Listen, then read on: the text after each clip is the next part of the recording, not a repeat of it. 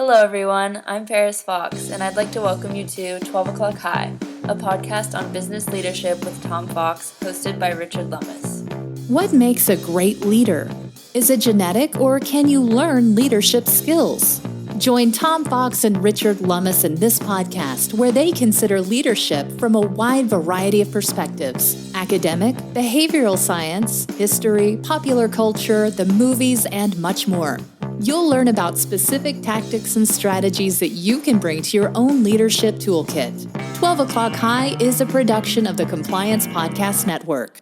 Hello, this is Richard Lummis. I'm here with Tom Fox for another episode of 12 O'Clock High, a podcast about leadership. In these discussions, we draw what we hope are interesting examples from our own experiences, history, business, literature, and politics to examine what constitutes good leadership and extract lessons we can use to improve our own leadership skills. Welcome back, Tom. Thank you, Richard. We're continuing our series on presidents today. Theodore Roosevelt served as the 26th president of the United States from 1901 to 1909, having served as the 25th vice president from March to September of 1901 and as the governor of New York before that. Because his life, although surprisingly short, was so varied and interesting, at least to us, we'll be splitting it into 5 parts, the third of which will deal with his actual presidency.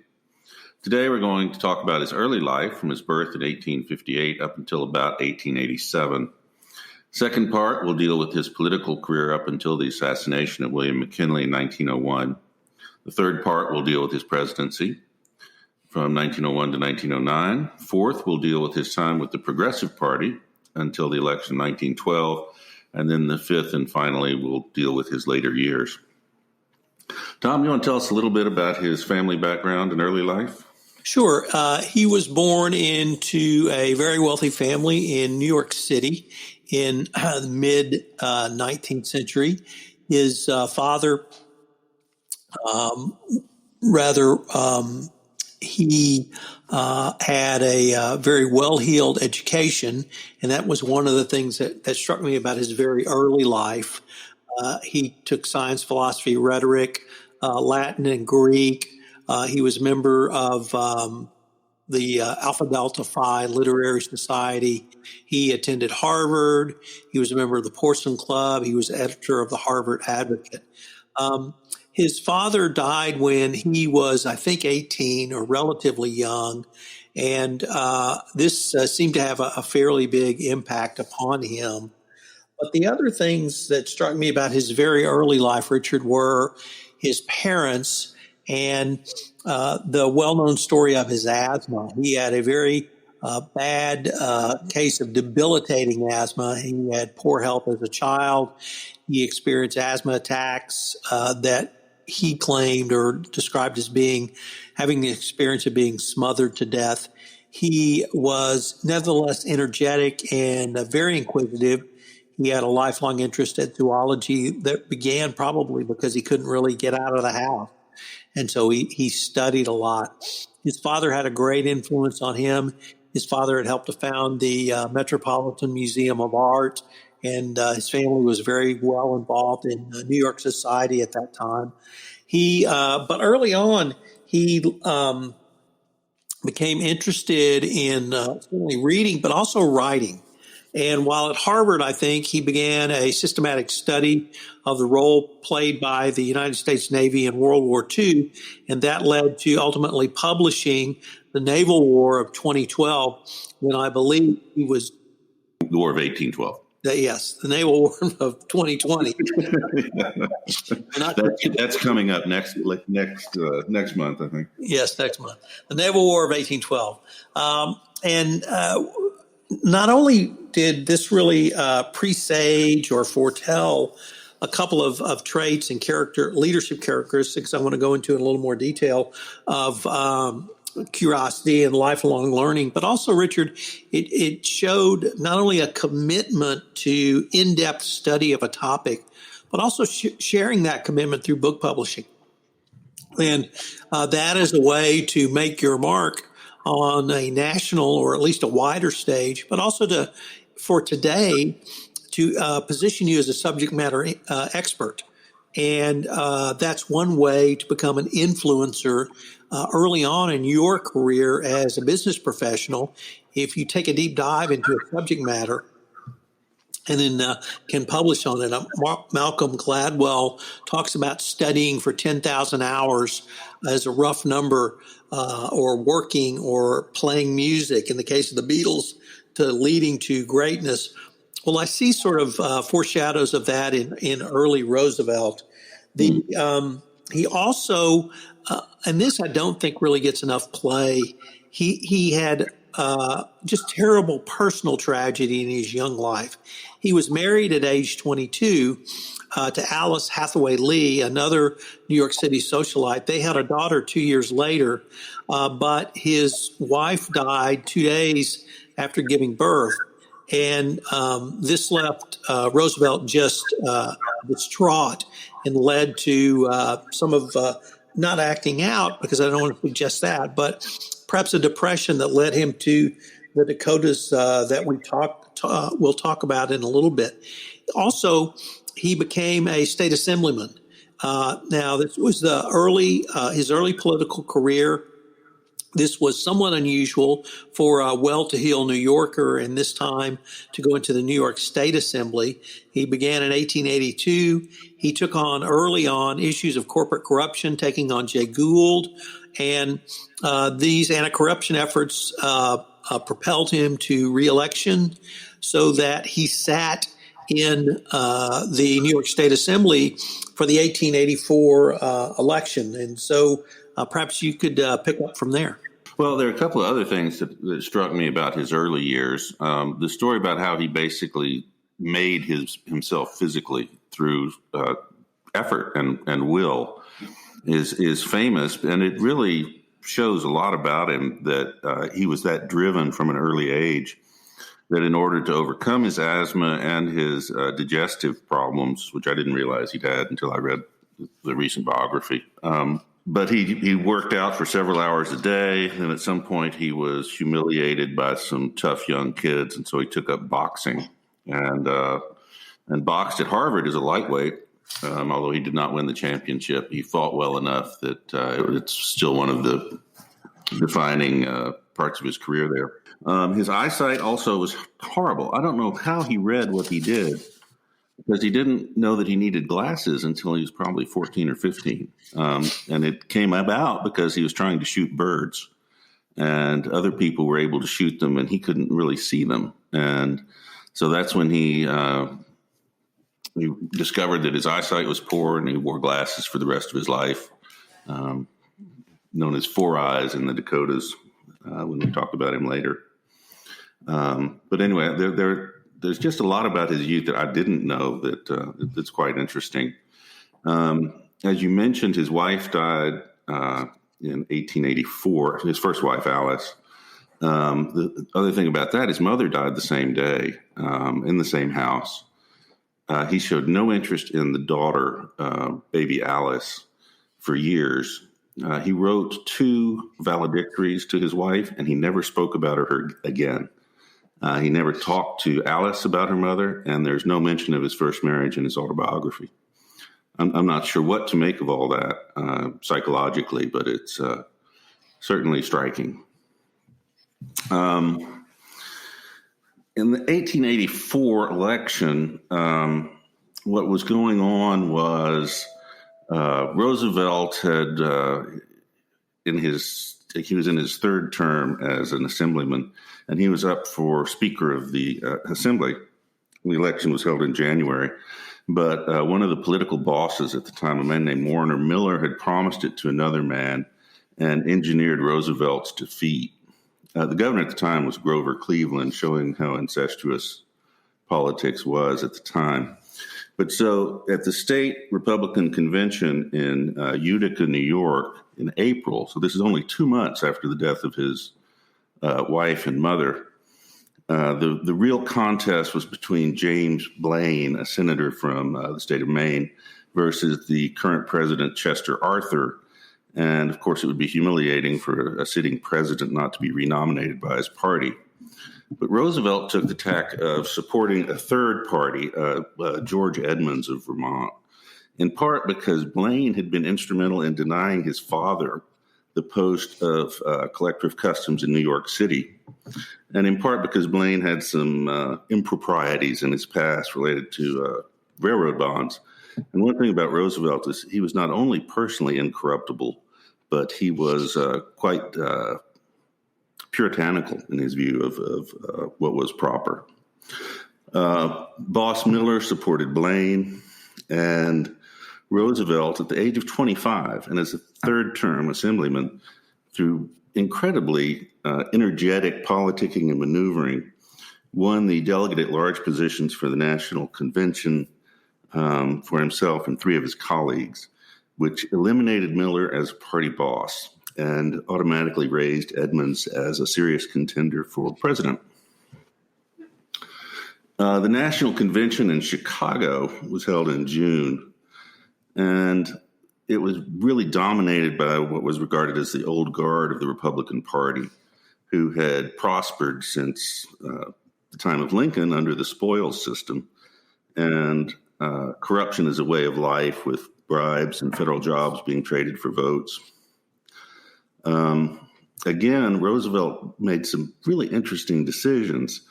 The National Committee, Republican Committee's choice of chairman was a Blaine supporter, but Roosevelt had his good friend Henry Cabot Lodge nominate John Lynch, who was a black congressman from Mississippi, and this is 1884. And Roosevelt made a speech in support. And then he engineered an alliance with the supporters of Chester Arthur, and they elected Lynch as convention chairman. Of course, infuriating the old guard, not for the last time. William McKinley first came into national prominence at this convention, trying to conciliate between the parties. Blaine ultimately won the nomination on the fourth ballot, and when McKinley asked Roosevelt to make it unanimous, as was customary, he refused. This was shortly before he left for the Dakotas, and under stress, he told a newspaper editor that he would give his hearty support to any decent Democrat rather than vote for Blaine.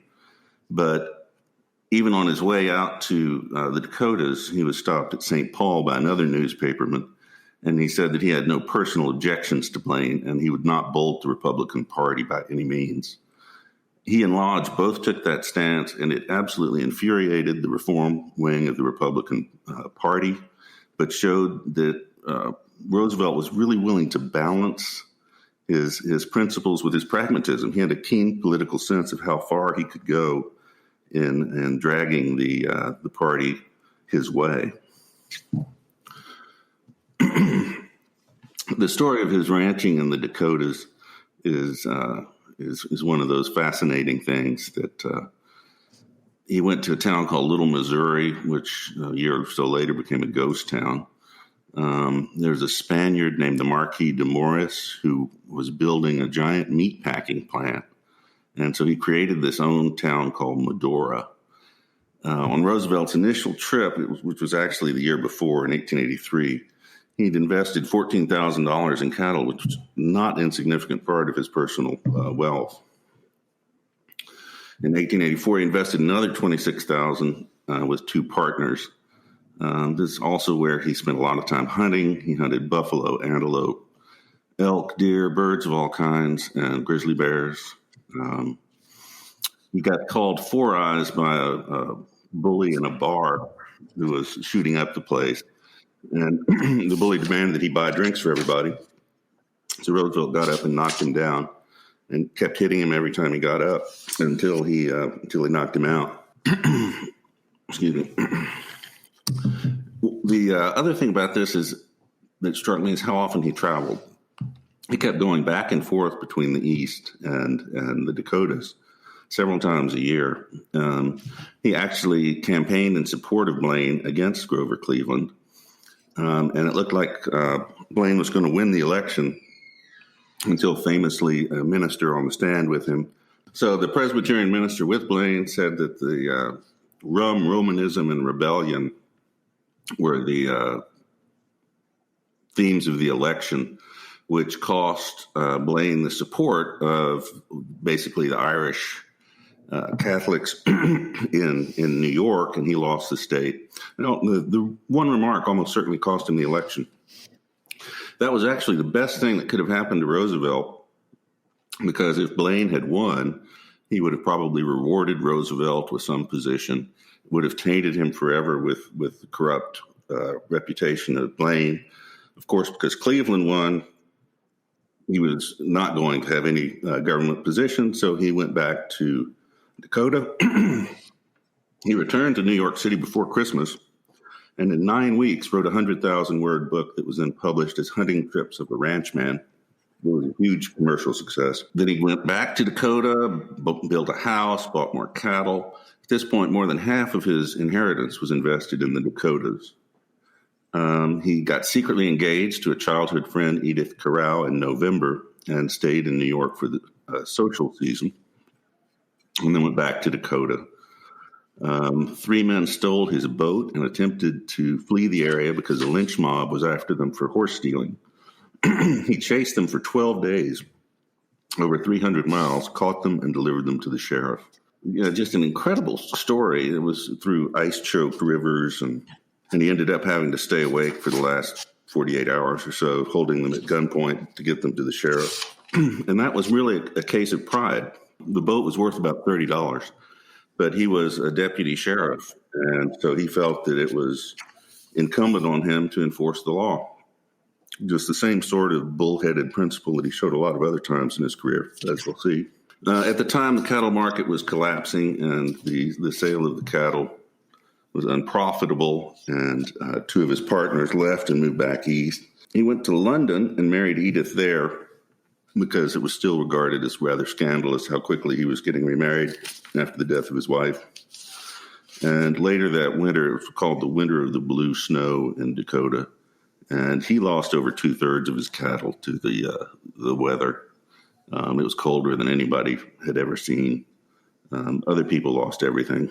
But he says, he said later that if it had not been for his years in North Dakota, I never would have become president of the United States. And it wasn't so much his physical health, although that greatly improved from his time out there, but it was his association with working men, which completely changed his way of dealing with the lower classes. As you pointed out, his early upbringing was pretty elite, and this was opened his eyes to how a lot of people lived at the time.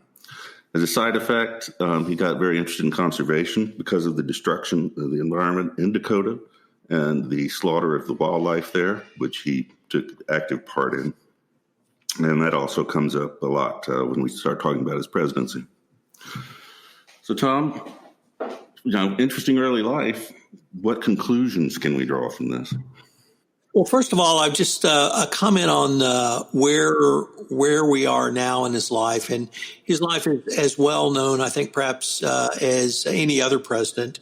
And now we look back and go, well, of course that makes sense. Of course he was going to be president. Of course he was going to be vice president. Of course he was going to do this. And of course he was going to do that. And it really shows that there often, while you may have a goal, there are different ways to get to that goal. And I really liked how you tied in his time in Montana to his evolution in thinking, particularly around working men, because he did have a very patrician upbringing and early life. And the Dakota showed him not only a different way to live, but a different class of people that he took on their roles and their responsibilities in his later political life. But there were three, I thought, key lessons that I picked up from studying the early years of Theodore Roosevelt. First is that leaders are learners, and they're literally lifelong learners. From youth, Roosevelt was a voracious reader. He even said, reading is a disease with me. His curiosity, his ceaseless learning never abated.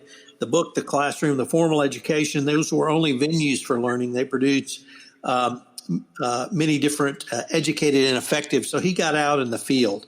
So he combined the life of ideas and the life of action, which was central to his own vision of himself, and I think how he was projected as a leader.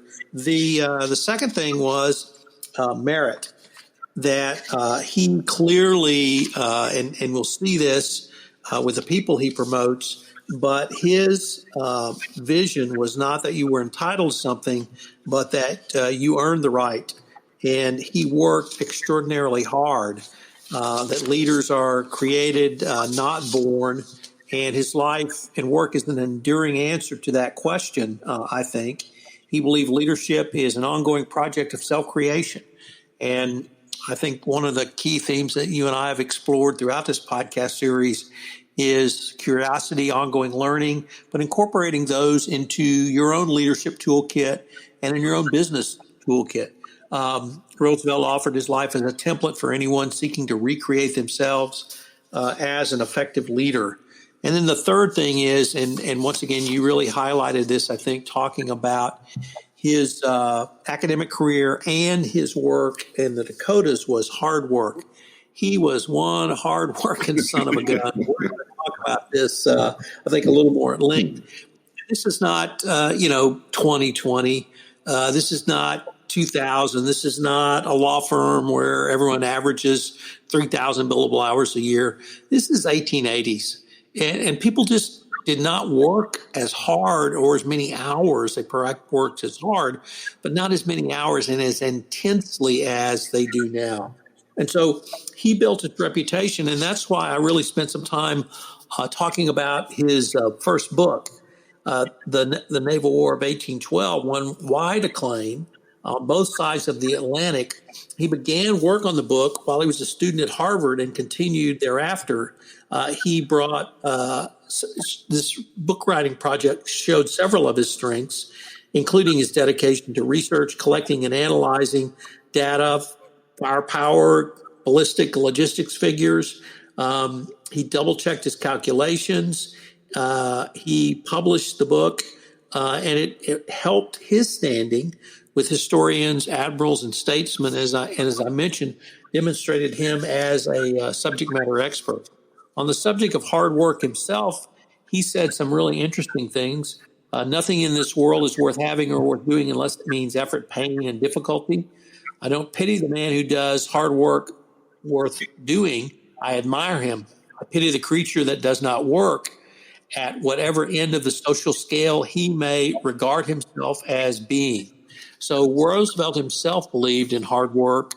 And what we really saw, I think, in this first podcast is some of the beginnings of what Roosevelt would demonstrate later in life, and perhaps from his father, how he learned some of these key lessons, particularly around learning, merit, and hard work. Well, and learning in particular, I think, you and I are both very interested, but one of the characteristics of his life was that he, as you said, it's estimated he read some 20,000 books over the course of his life. And looking at some of his daily diaries, that you'll see, make a speech, read, write some letters, read. And he read every night before he went to bed. He frequently read over a book a day. But then he assimilated that, and he was constantly drawing parallels between what was going on in the world in his time and his knowledge of history, especially classical history, and drawing conclusions on the proper course of action from that. I don't know how you can teach the level of energy that he displayed throughout his life. I think that was certainly one of the keys to his appeal to everyone was his sheer dynamism. And he also had a phenomenal memory for names and faces, which helped ingratiate him with people, which is something that I think we could all work to be a little better at. But yeah, I think those are great lessons from this part of his life. And as we'll see, he continued a lot of these themes throughout his life. Well, I guess that covers the first period of his life. And until next time, this is Tom Fox and Richard Lummis with 12 O'Clock High. And we hope you'll come back to learn a little bit more about Theodore Roosevelt. This is Tom Fox. I hope you enjoyed this part one of our 5-part podcast series on leadership lessons from Theodore Roosevelt. I hope you'll join Richard and I through the month of July on this special series on 12 O'Clock High. 12 O'Clock High, a podcast on business leadership, is a production of the Compliance Podcast Network. We are also a proud member of C-Suite Radio. I hope you'll join us again. Thanks for listening, and we look forward to visiting with you next week on the leadership lessons from Theodore Roosevelt.